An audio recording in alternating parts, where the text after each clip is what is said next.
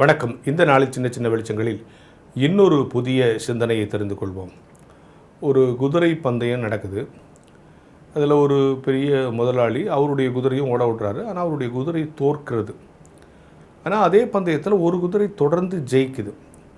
உடனே என்ன சொல்கிறாரு, இன்னும் நம்ம குதிரை தோற்குதுன்னு சொல்லிட்டு அந்த ஜெயிக்கிற குதிரையை விலை கொடுத்து வாங்கிடுறாரு. வாங்கிட்டு அடுத்த முறை போட்டியில் போனால் இவர் வாங்கின பிறகு அந்த குதிரை தோக்குது. இவர் கோவம் வந்துருச்சு. இவ்வளோ நாள் தொடர்ந்து இதான் ஜெயிச்சுக்கிட்டு இருந்துச்சு.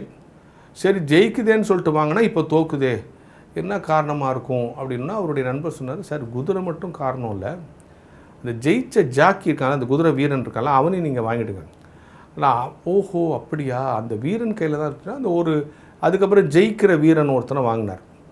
வாங்கி ஏற்கனவே ஜெயிச்சுக்கிட்டு இருந்த குதிரை அதன் மேலே ஏறி தொடர்ந்து ஜெயிக்கிற அந்த ஜாக்கின்னு சொல்லுவாங்கள்ல, அந்த குதிரை ரெண்டு பேரையும் சேர்த்து இப்போ விட்டால் இப்போ திருப்பியும் ஏன்னா இப்போ இவருடைய குதிரை அதை ஜெயிக்கிற ஜாக்கி திருப்பி தோக்குது.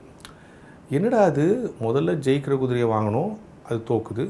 சரிண்ணா அதை விட்டுட்டு நம்ம குதிரையை எடுத்து ஏற்கனவே ஜெயிச்ச ஜாக்கி ஆட்டும் இப்போவும் தோக்குது அப்படின்ன உடனே அந்த போட்டியில் இருந்த ஒருத்தர் சொன்னாராம், குதிரை பந்தயத்தினுடைய வெற்றி வெறும் குதிரை வீரன் கையில் மட்டும் இல்லை, குதிரை கையில் மட்டும் இல்லை, இந்த குதிரை வீரனுக்கும் குதிரைக்கும் ஒரு புரிதல் இருக்குது பார்த்தீங்களா, அந்த புரிதலில் தான் வெற்றி இருக்குது. அந்த வீரன் எப்படி தன்னை கையாளுவான்னு அந்த குதிரைக்கு தெரியுமா, அடுத்து இவன் என்ன எப்படி நம்மளை யூஸ் பண்ண போகிறான், எங்கே போக சொல்லுவான், எப்படி டேர்ன் பண்ண வைப்பான்னு அந்த குதிரைக்கு தெரிஞ்சிடும்.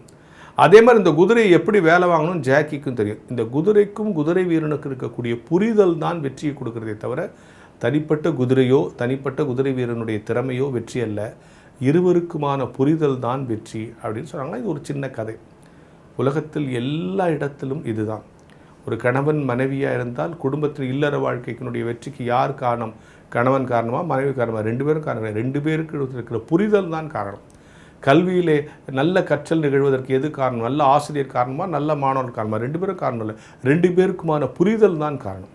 எனவே எந்த விஷயமாக இருந்தாலும் அண்டர்ஸ்டாண்டிங் சொன்னாங்களா, குழாயடி சண்டையிலிருந்து உலக சண்டைகளுக்கு வரைக்கும் அடிப்படை காரணம் என்னென்றால் புரிதல். புரிதலில் இருக்கக்கூடிய பிரச்சனை தான். எனவே வெற்றி என்பது தனிப்பட்ட இடத்தில் நிகழ்வது அல்ல. இப்போ ஒரு பந்தய கிரிக்கெட் ஆடுறாங்கன்னா அந்த கிரிக்கெட் வீரனுக்கும் அந்த பிட்ச் அந்த நிலம் இருக்குல்ல அதுக்கும் கூட ஒரு புரிதல் இருக்கும். இந்த லேண்டில் இப்படிலாம் அடித்தாதான் வைக்க முடியும், அந்த கிரிக்கெட் வீரனுக்கு தெரியுமா.